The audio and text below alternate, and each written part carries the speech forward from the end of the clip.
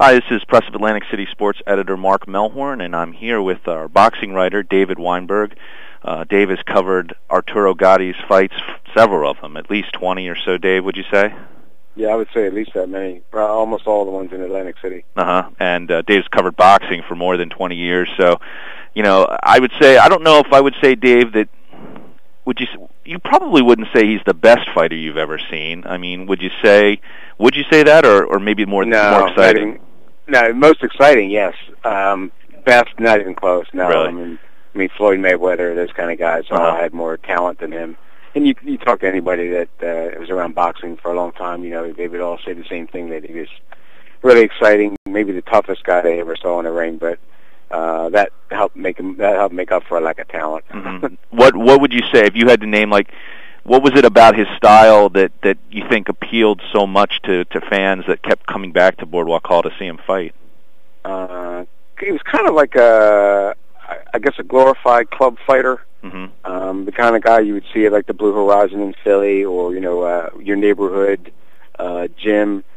Tough as nails, never took a backward step. Mm-hmm. Was willing to take 3 punches if he could land one. Mm-hmm. And that, just appealed to guys. Everybody, the people don't want to see boxing as an art form necessarily. Right. I mean, the purists do, but the general fight fan, they want to see that blood and guts and, knockout. Action. Yeah. Guys. Yeah, and he delivered that time after time.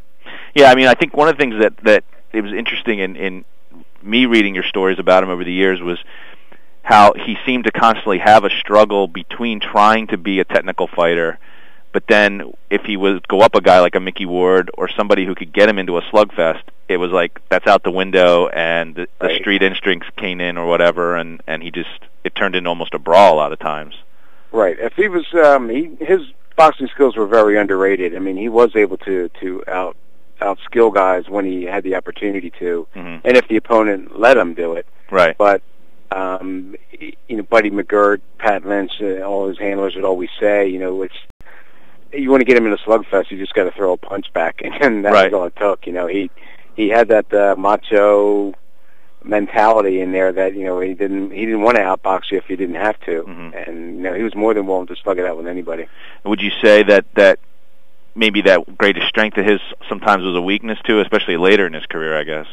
Yeah, that was his downfall. Mm-hmm. He probably could have extended his career, another few years if he had not taken such a beating. Mm-hmm.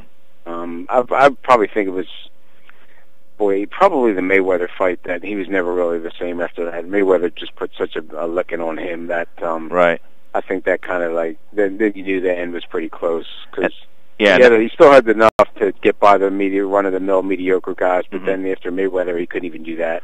And that was back in 2005, right? And I remember there was a big build-up before that fight, and it was huge. I think you said in your story today that it was still the largest crowd ever to see a non-heavyweight fight. Was that what it was? Or yep, it was 12,000, something. Boardwalk Hall. I mean, just tell me if you can remember back to that fight or any of the other fights. I know you were at Mickey Ward, the third Ward fight. Was there something about the atmosphere at those fights that made it stand out from other fights that you've covered in Atlantic City? I would say, it was more. There was an electricity with his fights that I hadn't seen since Tyson fought Spinks and Trevor Burbick and Larry Holmes mm-hmm. in Atlantic City. Even maybe George Foreman and Evander Holyfield. I think that was 1990. Mm-hmm. But since then, you really hadn't seen a fight that even a casual observer wanted to pay to see. Right. Until Gotti came along, and it was really I thought the third Gotti Ward fight that really turned it around. I mean, he had that reputation. He had a couple big fights. He had won some and lost some, but the fact that they had fought twice before, and then that was the third meeting. And the way that they just went at each other for 10 rounds was just something that I don't think anybody had ever seen before. It was just right, all out. And no punches pulled. Right. I mean, they both wound up in the hospital with broken hands.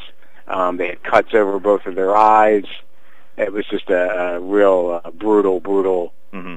display. And then that's kind of what gave birth to his legend almost. And then, after that, it was everybody wanted to see a Gotti fight because they never knew what was going to happen. Oh, they knew it was going to be exciting. They just never knew who was going to win. Right. I mean, it's funny. You look at his past opponents. I mean, he's fought some very well-known guys.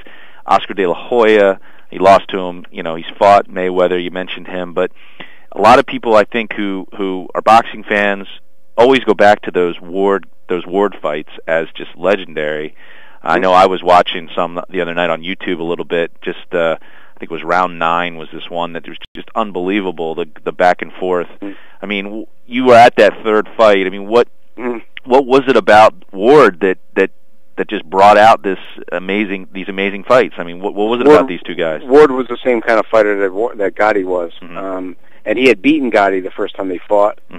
So he kind of knew Gotti's weaknesses and his strengths, and they knew each other so well that nobody could put anything past the other guy. And Ward only knew one way to fight, and that was the same way that Gatti fought, just straight ahead. Nobody took a backward step. They just stood in the middle of the ring and just went toe to toe with each other. One guy would get hurt. You think the fight was over. He'd go against the ropes, come back firing back. The next guy would get hurt, and it just went like back and forth. And I wrote in my blog today, that's the only time in my 20-plus years of covering any sport that I've ever applauded anything. Because, you're always taught to be, very impartial and businesslike. But the fact they poured everything they had into 10 rounds of action. I stood up and gave them a standing ovation. I've never done that before. So. Yeah, and you mentioned that those fights sort of catapulted him. And he had ebbs and flows in his career, and after that he was on a high, and it led to that Mayweather fight. And I know we sent you down to Florida right before that Mayweather fight to get a little bit more insight into who Arturo Gatti was. So just talk a little bit about what your impressions were of Arturo Gatti, the person, not necessarily the boxer. Very down to earth kind of guy. I think that's another reason why people were drawn to him. He had no ego about him, but he did have his warts, like everybody does, I guess. He liked to party. He liked his women. He liked. He was kind of. I'd just say he was a hard-living kind of guy, right. And not a lot of people were surprised that he met the end the way he did. Just the fact that he had been engaged a few times before, things were ugly with a few of his previous relationships. They didn't end well, and he never was he never had an attitude about him. Though that was the weird thing about it. He never. He was always had a kind word for people. I mean, he was always surprised when people came up to him for an autograph because he never thought he was anything really special. I don't think that, at least to the general public. When I was down in Florida, as a matter of fact, we played golf together one afternoon, and there were people coming up asking for his autograph, and he stopped and signed for 10 minutes at a time. There was no big deal. And then after we were done playing golf, we went food shopping. He could show me how he was getting ready for the fight, what he was eating and that kind of thing. Same thing, people coming up to him in the produce aisle asking for his autograph, and it was an inconvenience, which it would be for a celebrity, I guess. Right.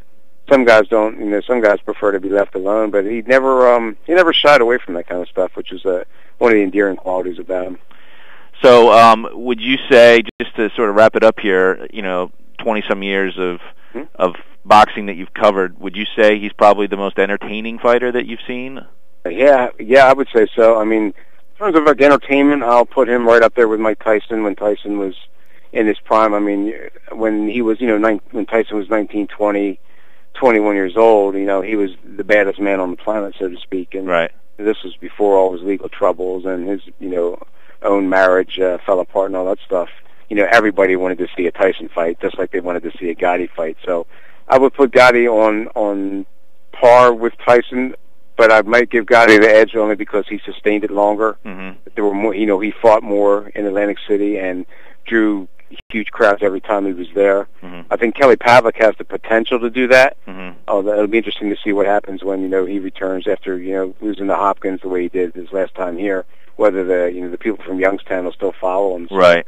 So he has the potential to maybe equal or at least approach Gotti's popularity, but that remains to be seen. I mean, as we sit now, Gatti was probably number one.